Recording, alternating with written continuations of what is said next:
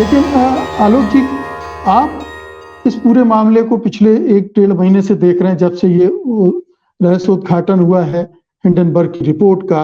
और बीच में एक समय, थोड़े समय ऐसा भी आया था जब लग रहा था कि अडानी संभल रहे हैं, उनके स्टॉक को थोड़ा बूस्ट मिला था शेयर बाजार में। अब वो कैसे मिला था ये क्वेश्चनेबल है, लेकिन ये भी हुआ था। आखिरकार क्या है, किस वजह से नहीं संभल पा रहे हैं अडानी? क्या कारण है जो लगातार गिरावट आती जा रही है उनकी मार्केट वैल्यूएशन? अनम्यूट कर लीजिए।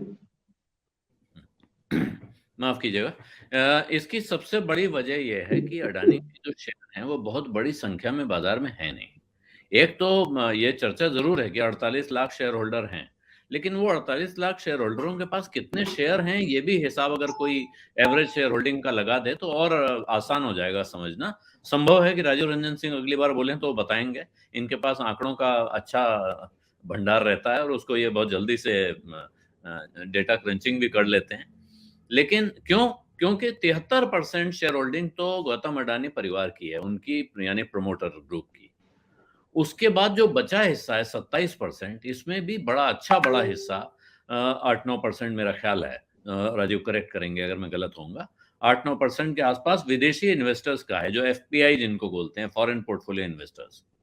तो वो जिनके बारे में ये आरोप है हिंडनबर्ग की रिपोर्ट में कि वो एफपीआई कोई और नहीं है, दरअसल अडानी परिवार का या अडानी के नजदीकी लोगों का ही पैसा विदेश जाकर घूम कर दूसरे रास्ते से इस कंपनी में लगा हुआ है। तो इसलिए जो बचता है वो हिस्सा 12-13% करीब होता है, और उसमें कुछ इंडेक्स फंड्स में पैसा गया हुआ है, कुछ म्यूचुअल फंडों में।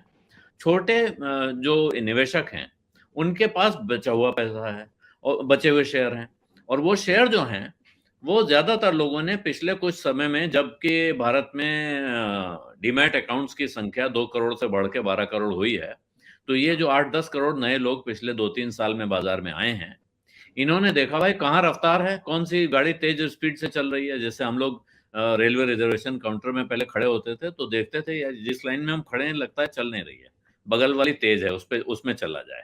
जब हम वहां पहुंचते थे तो लगता था अरे यार गलती हो गई, वो पहले वाली तेज चल रही है।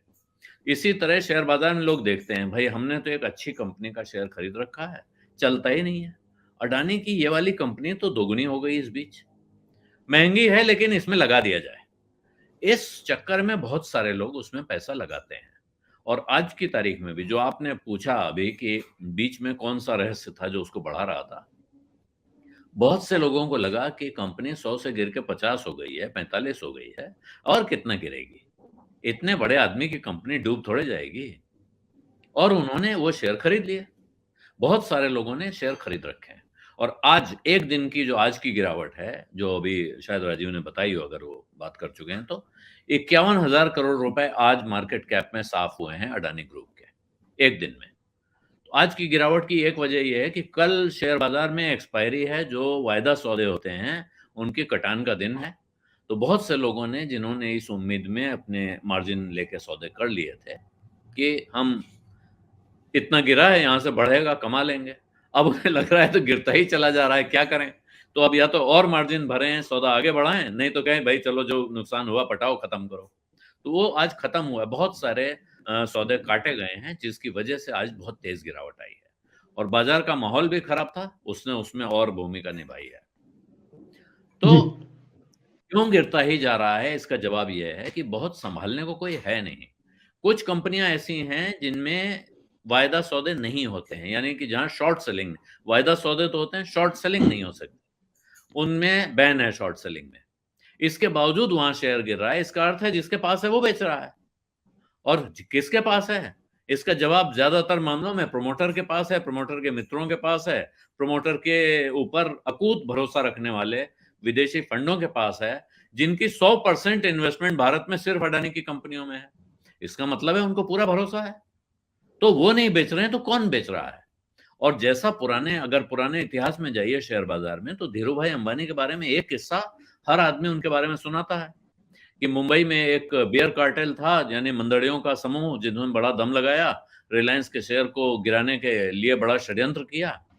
धीरू भाई ने उनको ऐसा सबक सिखाया कि सारे शेयर बाजार से खरीद लिए, शॉर्ट करने के लिए, वापस देने को उनके हाथ बचा नहीं। तो उसके बाद से किसी ने रिलायंस के शेयर में दोबारा हाथ नहीं लगाया। तो क्या अडानी जी उनसे कमजोर थे बाजार में? अडानी जी के पास पैसे की कमी थी, या अडानी जी के पास बाकी रसूख की कमी थी? सब कुछ नहीं था तो फिर भी शेयर गिर रहा है। इसका अर्थ है कि शेयर दरअसल उन हाथों में नहीं थे जो हाथ किसी भरोसे से शेयर खरीद रहे हैं। मैं जिन कंपनियों के शेयर खरीदता हूं, मैं 30-40 साल मुझे बाजार में पैसा लगाते हुए हो गया, थोड़ा थोड़ा भी लगाता हूं लेकिन लगाता हूं, तो फिर मैं उसके बारे में पलट के देखता नहीं हूं कि कल भाव कहाँ है, परसों कहाँ है, अगले महीने कहाँ रहेगा। मैं 5-7 साल बाद लौट के एक बार घूम के देखता हूं कि अच्छा चलो वो पैसा था, या कोई जरूरत पड़े उस दिन देखता हूं कि आज कौन से शेयर हैं जिनको बेचा जा सकता है और किन को अभी रखना चाहिए। लेकिन अगर आदमी रोज भाव देख रहा है और भाव गिरने के साथ बेच के भाग रहा है, इसका अर्थ है कि वो जल्दी कमाने के चक्कर में था। तो या तो वो निकल रहा है, या कोई ऐसा आदमी निकल रहा है जिसको कहा गया था, जिसको सुपारी दी गई थी कि ये शेयर खरीद खरीद के आगे बढ़ाना है, और ये मार्केट में एक ऑपरेशन होता है। मैं ये इल्जाम नहीं लगा रहा हूं कि अडानी समूह जी वो ऑपरेशन कर रहा था, लेकिन ये शंका मन में जरूर पैदा होती है कि ऐसा हो सकता है। बहुत से लोग करते हैं तो ये भी कर रहे होंगे, कोई बड़ी बात नहीं है।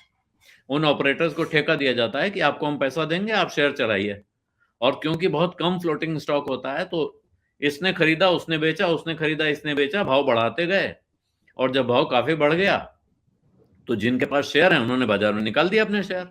भाई इतना बढ़ गया, और बहुत लोग बाजार में देख रहे हैं पिछले साल भर से लगातार बढ़ रहा है, अब कितना गिरेगा, चलो खरीद लेते हैं इसी भाव पे। ऐसे में वो अपना काफी माल बाजार में निकाल देते हैं।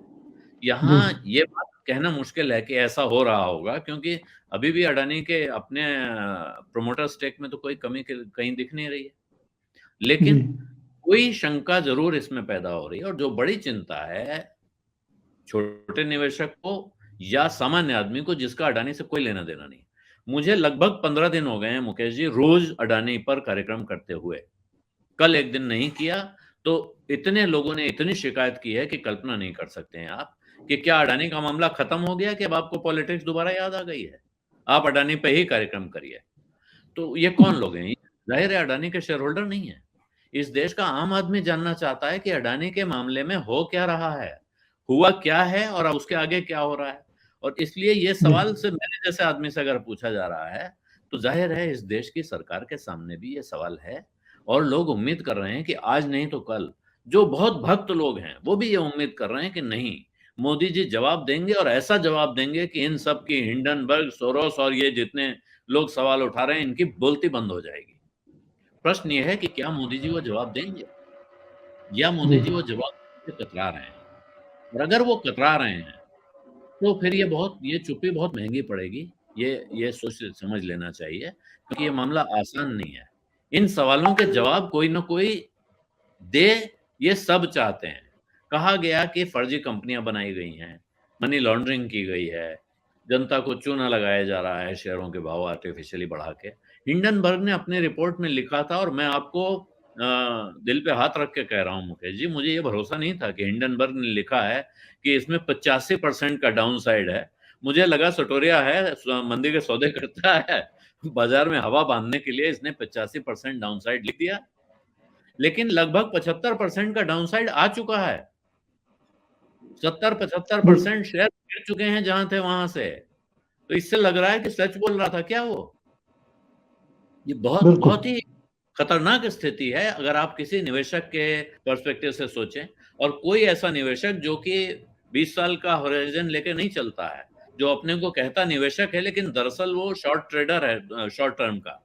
वो ये सोच के आया था बाजार में, घर का पैसा लेके आया था पिछले 2-3 साल में कि साहब सारे शेयर बढ़ रहे हैं, तेजी से बढ़ रहे हैं, और जो पैसा कहीं से मुझे मिला हुआ है इसको यहाँ लगा दूं, क्योंकि बैंक में पैसा बढ़ता नहीं है, प्रॉपर्टी का हाल खराब है, और कोई रास्ता नहीं है। यहाँ अडानी के कंपनियों के तो शेयर ऐसे बढ़ते हैं, आज लगाऊंगा 5 लाख, कल मिलेंगे 25 लाख। उस आदमी के इस समय उसके मानसिक स्थिति की कल्पना कीजिए, वो क्या सोच रहा होगा। मैं ऐसे कुछ लोगों को सोशल मीडिया पे देखता हूं कि जो कल तक बिल्कुल भयानक भक्त थे, वो आज अडानी का अपना शेयर और उदाहरण बता बता के गाली दे रहे हैं सरकार को। तो ये बिल्कुल कोई उदाहरण हो सकता है, मेरे सामने एक पड़ गया। मुझे ऐसा जी लगता है कि ये गंभीर हैं, और इन प्रश्नों का जवाब किसी भी जिम्मेदार सरकार को देने चाहिए। और अगर वो नहीं दे रही, बचना चाह रही है, तो फिर इसके पीछे और क्या-क्या है, और परतें खुलेंगी, और सवाल उठेंगे, और फिर शायद जवाब देना मुश्किल नहीं, नामुमकिन होता जाएगा। जी।